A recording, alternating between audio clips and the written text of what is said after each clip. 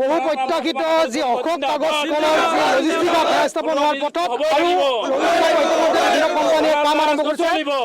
তাৰ মাজত আজি ইয়াত প্ৰতিবাদ পৰিস্থিতি সৃষ্টি হৈছে। উত্তৰ কলম মহকুমা নাগৰিক উন্নয়ন পৰিষদে যি প্ৰতিবাদ তেওঁলোকে সাব্যস্ত কৰিছে আৰু কিহৰ কাৰণে সেই প্ৰতিবাদ মই জানিব বিচাৰিম। এগৰাকী নেতা আছে নাগৰিক উন্নয়ন পৰিষদ জিন্দাবাদ। আপোনালোকৰ এই প্ৰতিবাদ কিহৰ কাৰণে প্ৰতিবাদ? আমাৰ এই প্ৰতিবাদ উত্তৰ শালমৰা মহকুমা নাগৰিক উন্নয়ন পৰিষদৰ আমাৰ প্ৰতিবাদ কাৰ্যসূচী হৈছে যে আমাৰ ইয়াত থলুৱা নিযুক্তি হ'ব লাগে, ইয়াতে দালালাজ বন্ধ হ'ব লাগে। কোনোবা কোম্পানী দালাল কৰি আহি এনে ইয়াতে কামত নিয়োজিত হ'ব, তেওঁলোকে থলুৱা নিবনুৱাখিনি তেওঁলোকে মানে বাহিৰত ৰাখি কাম কৰিব। এইটো কেতিয়াও আমি উত্তৰ শালমৰা মহকুমা নাগৰিক উন্নয়ন পৰিষদে কেতিয়াও আমি হ'ব দিব নোৱাৰোঁ। আৰু কোম্পানীসমূহকো আজিৰ তাৰিখত আমি সকীয়াই দিছোঁ, তেওঁলোকে আহক, তেওঁলোকক ৱেলকাম জনাইছোঁ। কিন্তু তেওঁলোকে আহি প্ৰথম বহিব লাগিব উত্তৰ শালমৰা মহকুমা নাগৰিক উন্নয়ন পৰিষদৰ লগত। তেওঁলোকে কি কাম কৰিব, কি কাম নকৰিব, গতিকে সেইটো তেওঁলোকৰ পৰা আমি জানিব লাগিব। কাৰণ কিয় আমি দেখিছোঁ যোৱাকালি এটা ঘটনা হৈছে যে CSC কোম্পানীয়ে এটা কোনোবা আমাৰ স্থানীয় যুৱকক কামটো হস্তান্তৰ কৰিছে। হস্তান্তৰ কৰাৰ পিছতে তেওঁলোকে যেতিয়া চাফ চুফ আৰম্ভ কৰিলে, ইয়াৰ পৰা যিবিলাক আমাৰ কয়লা আছিলে অশোক কাগজ কলত মানে জমা হৈ থকা কয়লাবিলাক ইয়াৰ পৰা তেওঁলোকে উলিয়াই নিয়ে না জগিয়পা মাৰ্কেটত তেওঁলোকে বিক্ৰী কৰিছে না কি কৰিছে এইটো আমি নাজানো। কিন্তু আমি জানিব পাৰিছোঁ, আমাৰ হাতত ৰেকৰ্ড আছে যে কয়লা ইয়াৰ পৰা উলিয়াই লৈ গৈছে। এইটো আমি ইয়াত দায়িত্বত থকা ইনচাৰ্জগৰাকীৰ পৰা আমি গম পাইছোঁ।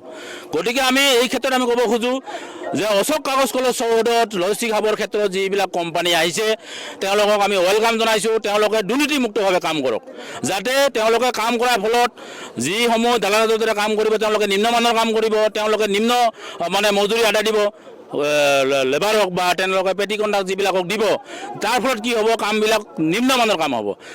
গতিকে এইটো ইমান ডাঙৰ এটা সম্পদ আজি আমি চৰকাৰৰ পৰা পাইছোঁ। এই সম্পদটো ভালভাৱে মানে উন্নত মানদণ্ডৰ হৈ এইটো চলিব লাগে আৰু সেইটোৱে আমাৰ উত্তৰ শালমৰা মহকুমা উন্নয়ন নাগৰিক পৰিষদৰ আমাৰ দাবী। আপোনালোকৰ পৰৱৰ্তী কাৰ্যসূচী কি হ'ব? এতিয়া তেওঁলোকে যদি আমাৰ এই কথাটো যদি তেওঁলোকে নামানে, তেওঁলোকে যদি আমাক ইয়াৰ পৰা বিত্ৰয় কৰিব খোজে, তেতিয়াহ'লে তেওঁলোকে ইয়াতে যিকোনো কামৰ ক্ষেত্ৰত তেওঁলোকে আমাৰ এই উত্তৰ শালমৰা নাগৰিক উন্নয়ন পৰিষদৰ পৰা তেওঁলোকে বাধা আৰোপ পাব। এইটো খাটাং কথা।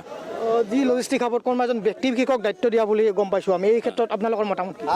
আমি সেইটোৱে ক'ব খুজিছোঁ যে কোম্পানীয়ে নিজাববীয়াকৈ কাম কৰক। কোম্পানীয়ে নিজাববীয়াকৈ কৰিলে আমাৰ থলুৱাৰ সা সুবিধা বহুত হ'ব। কোনোবা এজন যদি ব্যক্তিগতক দিয়ে, তেওঁলোকে সেই কোম্পানীত যিখিনি সা সুবিধা পাব সেইখিনিৰ পৰা বঞ্চিত হ'ব।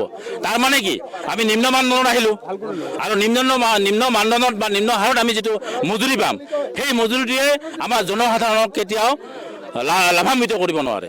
যি লজিষ্টিক হাব আহিব, লজিষ্টিক হাবত ইতিমধ্যে বিভিন্ন কোম্পানী আহিব বুলি আমি গম পাইছোঁ। এই কোম্পানীসমূহে আপোনালোকৰ যি স্থানীয় লোক তেওঁলোকৰ লগত যোগাযোগ কৰিছেনে? কৰা নাই, আজিলৈকে তেওঁলোকে কৰা নাই। তেওঁলোকে দালালৰ হতুৱাই কামবিলাক আৰম্ভ কৰি আছে। গতিকে সেইটো আমি সম্পূৰ্ণ বিৰোধিতা কৰিম আৰু আজি তাৰ প্ৰতিফলন ঘটিছে।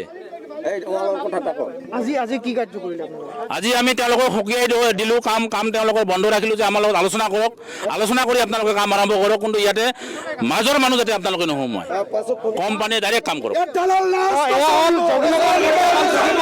লজিষ্টিক হাব স্থাপন হ'ব, দালালে কাম কৰা বুলি অভিযোগ তুলিছে। দালাল অবিহনে কাম কৰক, দালাল কাম কৰক আৰু তেওঁলোকৰ